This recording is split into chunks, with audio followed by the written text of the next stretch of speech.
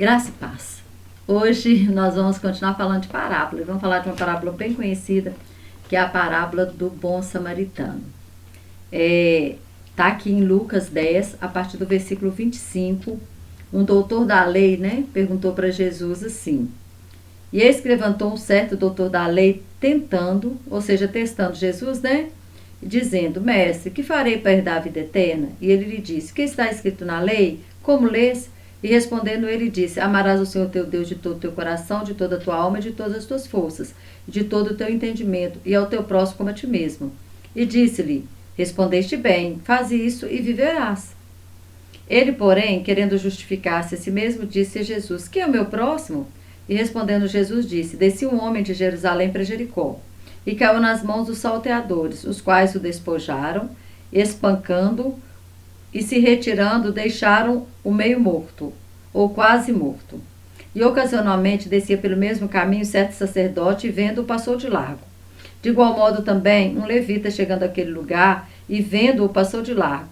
Mas um samaritano que ia de viagem chegou ao pé dele, e vendo-o, moveu-se de íntima compaixão.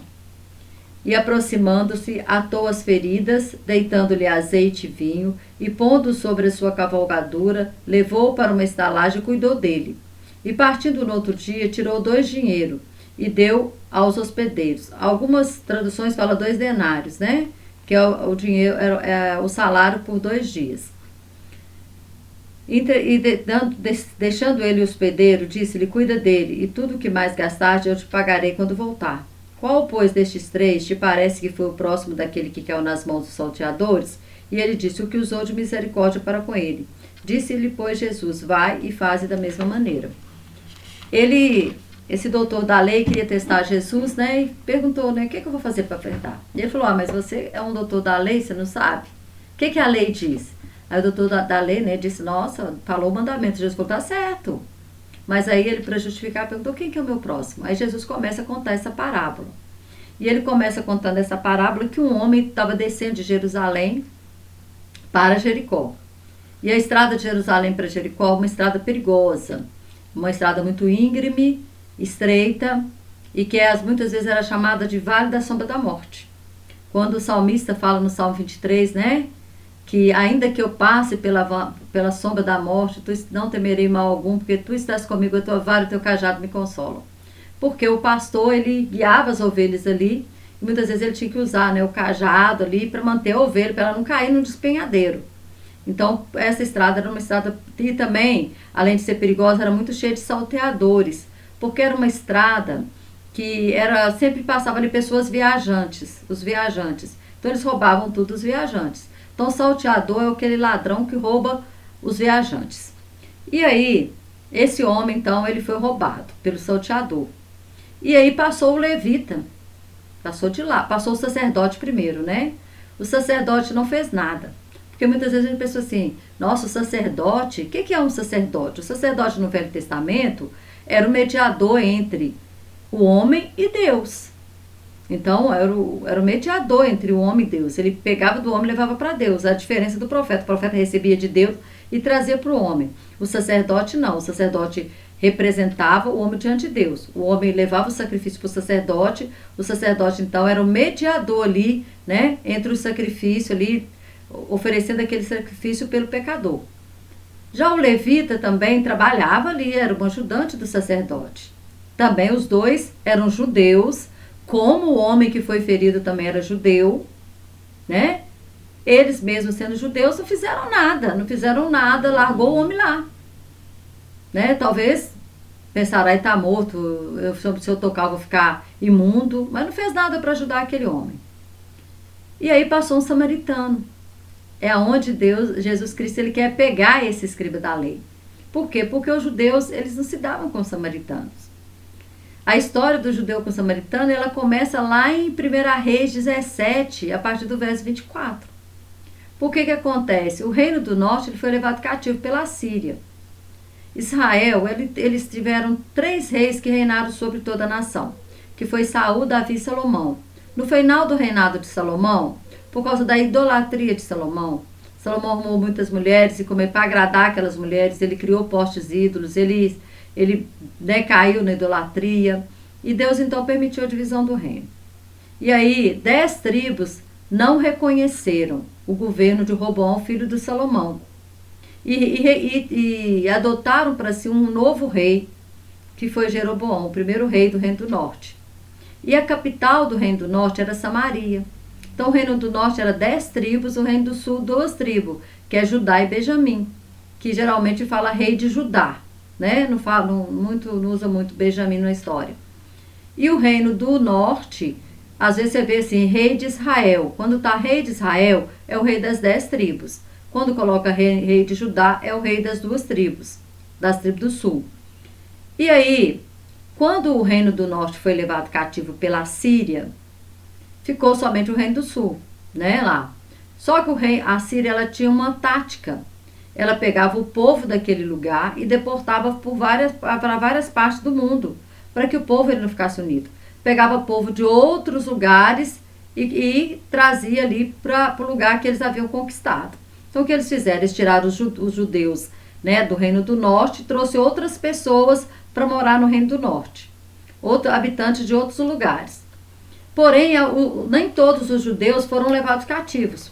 Porque geralmente leva cativo aquele que interessa, aquele que é as mulheres novas, as virgens, os homens, né, os guerreiros, mas os velhos, as crianças, muitas crianças ficam, pessoas deficientes. Então, assim, muitas pessoas ficaram. Moral da história, ficou o judeu. E aí o que acontece? O judeu acabou se misturando com esse povo que veio de outras nações. E aí criou-se uma mistura. E essa mistura de judeu com outros povos foi chamada de samaritanos. Já o judeu, que era do Reino do Sul, eles criaram uma aversão ao samaritano. Porque o samaritano não era uma raça pura, já era uma raça misturada. A rivalidade deles cresceu tanto que quando Jesus ele vai conversar com a mulher samaritana, né, que está lá em João 4, ela fala assim, mas como que você, sendo judeu, pede água a mim, que sou mulher samaritana? Ou seja, vocês nem conversam, vocês não gostam de samaritano, como que você judeu, está querendo conversar comigo? Por causa dessa versão que eles tinham. Lá em Lucas aqui mesmo, 9:52, fala assim que Jesus passando por Samaria, olha para você ver o verso 52, Lucas 9:52. E mandou mensageiro adiante de si. E indo eles, entraram numa aldeia de samaritano para lhe prepararem pousada. Mas não o receberam, porque o seu aspecto era como de quem ia a Jerusalém. Ou seja, era o aspecto de judeus. Porque quem ia a Jerusalém, adorar em Jerusalém, era o judeu. O samaritano adorava no Monte Gerizim. Eles não iam a Jerusalém. Eles não podiam adorar no templo. Até isso era separado. A rivalidade deles chegava a um ponto tal. E esse doutor da lei, então, tinha aversão ao samaritano. E aí, Jesus fala assim, mas aí um samaritano passou. E o samaritano teve compaixão do judeu. Teve compaixão do homem que ficou lá, né, semi-morto. E aí ele tirou, né, vinho. O vinho, quer dizer, ele tem álcool, né, para fazer uma asepsia ali no local das feridas. Deitou azeite, porque o azeite, ele é um cicatrizante, né, ele ajuda ali para curar, para restaurar a ferida. Então, sempre os viajantes tinham, né, vinho, azeite nas suas bagagens. E levou ele e colocou ele numa hospedaria. E pagou ainda pela hospedagem dele. E falou, quando eu voltar, se tiver um gasto maior, eu te pagarei. Então, Jesus estava dando uma lição naquele homem. Mostrando que a pessoa que ele mais despreza, aquele é o próximo. Aquele deve estender a mão. Porque é muito fácil eu amar quem me ama. É muito fácil eu estender a mão para quem estende a mão para mim. É muito fácil isso. Mas eu quero fazer, né? Jesus está falando, olha, o teu próximo é aquele que tá contigo no caminho, independente se você gosta dele, se você não gosta, ele precisou de você, você tem que estender a mão.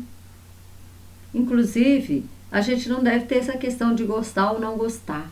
Nós temos que entender que todos nós, né, estamos no mesmo caminho. Nós somos o quê? Todo mundo. Jesus, a palavra de Deus, ela fala que há um poder muito grande em algo que é unidade. Salmo 133 fala, né, que quando a unidade, ali Deus derrama a bênção e a vida para sempre. E aí, quando Jesus pergunta, quem foi o próximo desse homem? Ele falou que usou de misericórdia com ele. E Jesus falou, vai e faz da mesma forma. Mas esta parábola também, ela conta um pouco a história da humanidade. Né? Primeiro eu te contei o que está aqui. O que está claro aqui, né? Eu só repeti o que já está aqui. Mas agora vamos entender um pouquinho mais profundo. Jesus então está dizendo que um homem, ele estava em Jerusalém. O homem, no início, né, da sua criação, ele estava no paraíso. Ele não precisou descer. Estava falando que o homem estava em Jerusalém e ele desceu. O homem desceu do seu lugar, da graça de Deus, quando ele pecou. Ele desceu da graça de Deus. Ele perdeu, né, a sua cobertura espiritual. E ele é expulso do paraíso. Então ele desceu. Então esse homem aqui é como se ele estivesse simbolizando aqui a humanidade que desceu da graça. E aí ela ficou o quê? Semi-morta. Por que ela ficou semi-morta? Porque ela agora ficou à mercê do salteador. Quem é o salteador? Satanás, que veio para matar, roubar e destruir. Então a humanidade estava assim, né? Semi-morta. Por que o sacerdote passou de lado? Porque o sacerdote, ele era pecador, como qualquer um de nós, ele não podia fazer nada pela humanidade. O levita, da mesma forma, também não podia fazer nada. Mas aí veio um bom samaritano, ou samaritano, que aqui está simbolizando Jesus. Por que Jesus, né, o samaritano, que era desprezado? Porque lá em Isaías fala que ele era foi o homem mais desprezado, homem de dores, desprezado, rejeitado, mais humilhado. Então Jesus aqui ele se coloca como samaritano, como aquele que foi rejeitado, aquele que foi humilhado, aquele que foi envergonhado, porque Jesus foi tudo isso. Tudo isso Jesus foi. Só que o que ele fez? Ele pegou o homem que estava, né, semi-morto, ele cuidou das feridas. Ele cuidou das feridas, ele colocou ele numa hospedagem. Hoje, nós podemos dizer que essa hospedagem é a igreja. A igreja que tem que cuidar, né?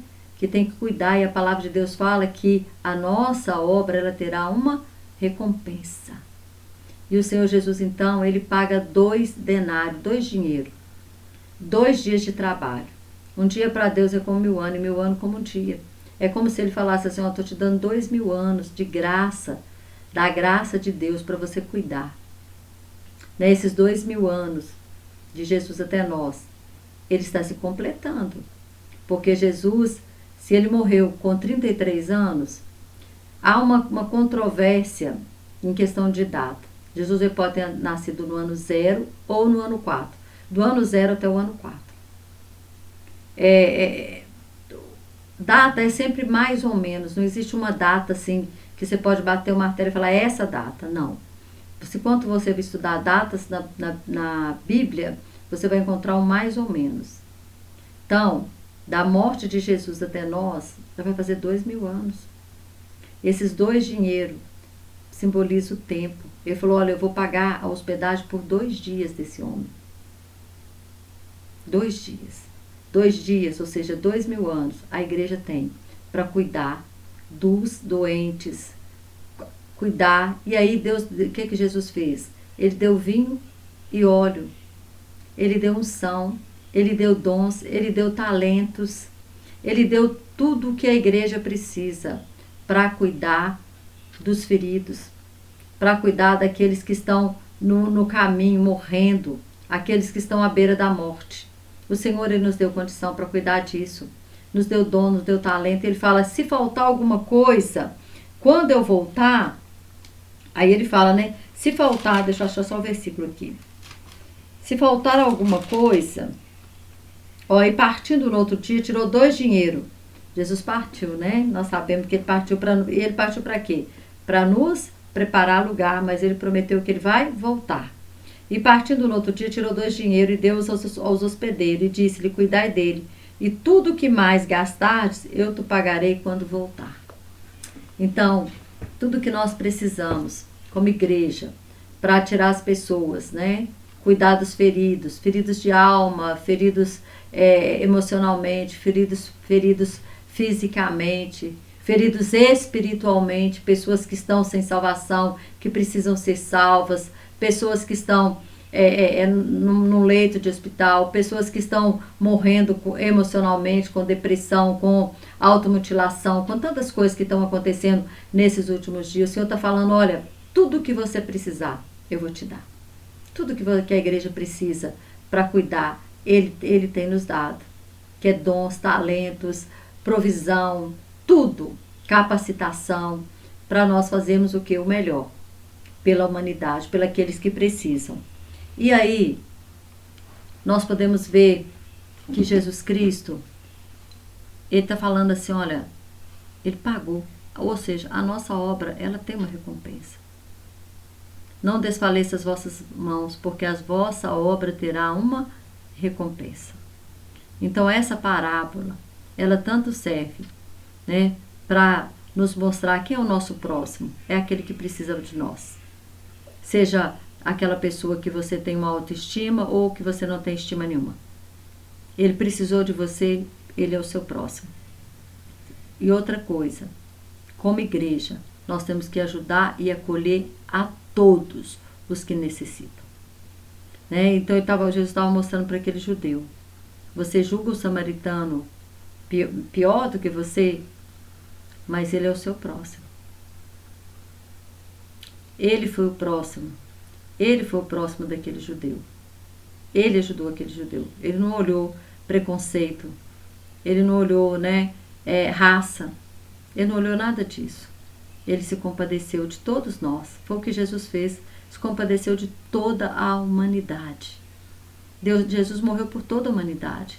Para aqueles que merecem e não merecem. Porque merecer ninguém merece. Eu não mereço, você não merece. Ninguém merece. Mas para aquele que se acha bom e aquele também que não se acha. Porque infelizmente, existem pessoas que se acham boas. Como esse doutor da lei aqui, ele se achava bom. Não, eu sou bom, eu sou o doutor da lei, eu sou importante, eu sou o cara. Tem pessoas que pensam assim. Mas nós temos que entender que nós somos pessoas que precisam da graça de Deus, da misericórdia de Deus.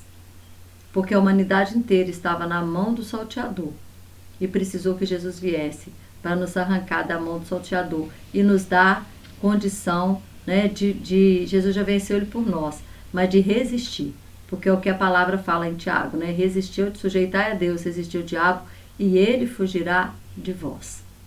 Espero que você possa ter entendido essa parábola e até a próxima. Amém? Que Jesus te abençoe.